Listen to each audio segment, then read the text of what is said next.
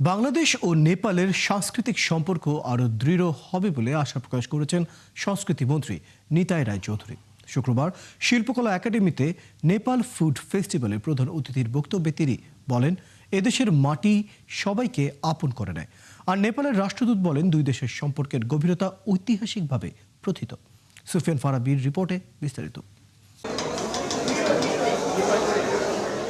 নেপালের স্থানীয় খাবারের পসরা সাজিয়ে বসেছে বাংলাদেশের বিভিন্ন বিশ্ববিদ্যালয়ে পড়া সে দেশের শিক্ষার্থীরা।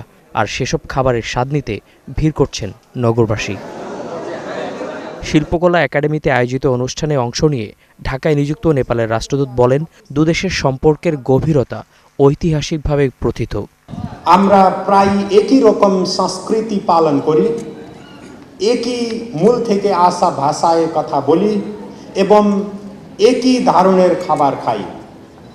অতএব এই উৎসবটি শুধু নেপালের সমৃদ্ধ রন্ধনশৈলী ও সংস্কৃতির উদযাপনই নয়, বরং আমাদের দুই দেশের ঘনিষ্ঠ বন্ধনেরও উদযাপন। প্রধান অতিথির বক্তব্যে সংস্কৃতি মন্ত্রী নিতাই রায় চৌধুরী বলেন, ঢাকায় পড়তে আসা নেপালের শিক্ষার্থীদের আপন করে নিয়েছে বাংলাদেশ। দেশটির সঙ্গে সাংস্কৃতিক সম্পর্ক আরও দৃঢ় হবে বলে জানান তিনি। যে এদেশে প্রবেশের হাজারটি দরজা আছে, কিন্তু এখান থেকে বেরোনোর কোনো পথ নেই।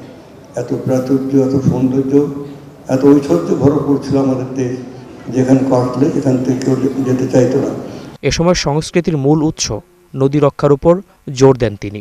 অধিকাংশ নদী হারিয়ে গেছে, তবুও অনেক নদী আছে, সেই নদীগুলো প্রায় জীবন মৃত্যুর লড়াই করে চলেছে।